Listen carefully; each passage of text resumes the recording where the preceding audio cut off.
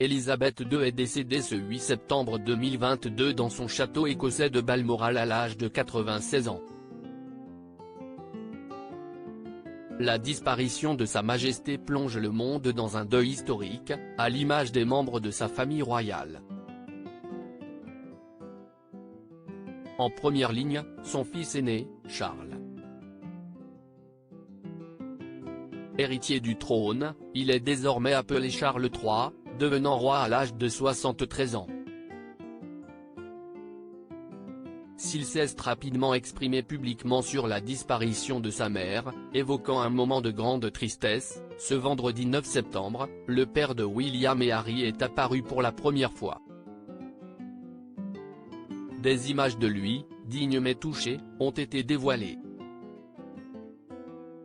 Le roi Charles III doit s'adresser ce vendredi aux Britanniques et répondre, dans l'un des premiers actes publics de son règne, à l'immense émotion suscitée par la mort de sa mère la reine Elisabeth II au-delà des frontières de son royaume, comme le rapporte l'AFP. Si est une période de deuil national qui s'ouvre au Royaume-Uni et ce jusqu'aux funérailles de la monarque, qui devraient avoir lieu dans une dizaine de jours. Grand nombre d'événements et manifestations sportives et culturelles ont dû être annulés. Des grandes enseignes ont décidé de fermer leurs portes. Des portraits d'Elisabeth II surplombent la ville de Londres.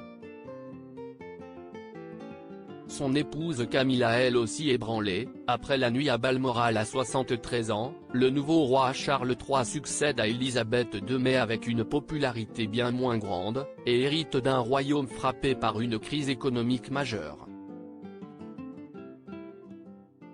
Une fois rentré à Londres avec son épouse Camilla désormais reine consort, le nouveau roi, dont les premières images, émues et quittant Balmoral pour rejoindre Londres ont été dévoilées, s'adressera pour la première fois aux Britanniques à la télévision, dans un message enregistré et diffusé dans la soirée.